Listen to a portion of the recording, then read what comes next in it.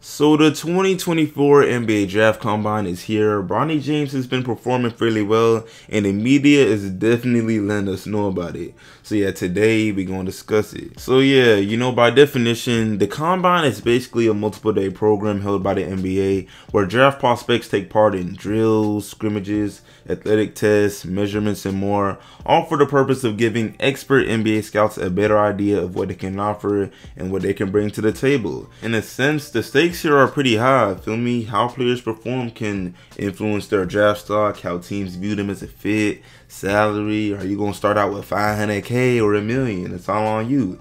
And yeah, it's really interesting because time and time again, we've seen top prospects skip it entirely. Even though it is an invite-only event, it is optional. And when all-time great players like KD have called it a waste of time, it's not even really that surprising that players choose to skip out on it. However, the Combine does seem more beneficial for prospects who have a lot of doubts around their names and aren't really that high on any draft boards. Basically, those in the shoes of Bronny James. You know what I'm saying? They're able to reassure scouts of their capabilities. And thus far, it seems like Bronny is doing just that. You see, yesterday, I was at work. You feel me? I was just chilling, bored, getting my hours in like anyone else. And when I opened Twitter and IG, my TL was flooded with how well Bronny was playing. From the vertical leap to the three-point shooting drills, the scrimmages, and more. So clearly, he's getting some wins in at the Combine. And in this video, we're just going to talk about how well he's really performing and how much is he really improving his draft stock, because we know, man, at one point, it was in the gutter. They had LeBron ready to crash out. He was out here tweeting and deleting. So yeah, but y'all go ahead and let me know in the comments, are you impressed by Bronny's play? Why not? And yeah, man, really quick before I go any further, what's up YouTube? Plug Speaks back with another video, man. If you're new, first of all, welcome. Go ahead and sub. Also like the video if you enjoy. I upload quality basketball content and we're on the grind for 5K, so I most definitely appreciate it. I appreciate every single viewer, sub, everything. But yeah, back to the video. So let me begin by emphasizing how much Bronny truly needed at least a solid performance in this year's Combine. And I'm going to do it briefly because really it's no secret. His first year playing D1 basketball was completely below average. In the 25 games he played at USC, he averaged just under 5 points, 3 rebounds and 2 assists on 36% shooting from the field and 27% shooting from 3. And this was in about like 19 minutes per game. Come on now. If this was anyone else not named Bronny James or the child of an NBA legend, these numbers from a 6'2" guard who declared for the NBA draft would have scouts laughing, and whoever their agent is would be committing highway robbery for even convincing them they have a chance at making the league. But of course, feel me, because it's Bronny we're talking about here, things are a bit different. I mean, really completely different. Even as we discuss his impressive Combine performance, I mean, yeah, he's playing well, but it's not like Bronny's the first player to shoot as well as he did in the shooting drill.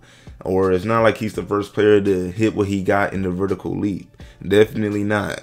But are ESPN, Bleacher Report, and other major platforms gonna hype it up as if he is? Man, of course. That's easy clicks. So yeah, please take everything you see on the internet and even from me with a grain of salt. But anyway, getting straight to it, the Combine drill that Bronny shined the most in was easily the three-point shooting drill. And this was basically a drill where he shot 25 threes across 5 different spots on the wing just to see how well he can shoot the basketball. And this was really important considering we know he ain't shown much as far as his three-point shooting at USC. I mean, the man shot 27%. So yeah, he needed a good performance and he did just that. He shot 19 for 25 on threes, which was the second most out of all players that day. He actually tied one of the lottery players this year, Jared McCain. And if you know anything about Jared McCain, you know he's a sniper. Man had 2 games with 10 threes this past NCAA season. So for Bronny to go out there and match someone like him, that's a big deal. And those NBA scouts definitely needed to see that from him. He even had a stretch where he hit like 12 threes in a row. Now, I know there's gonna be those naysayers who are like, come on now, he's a 6'2" guard. Anyone like that who has any type of NBA potential should be able to go out there and hit most of their shots. Now listen, anyone who believes or thinks this isn't really wrong, I'm not even gonna lie. However, We gotta give Bronny some credit. If it was so easy, everyone would have done it, but they didn't. And so let's try to give Bronny at least some of his flowers. But anyway, moving on to the next combine test / measurement that Bronny shined in, we got the max vertical jump. Now Bronny went out there and posted a 40.5-inch max vertical jump. This tied for 6th best amongst all players.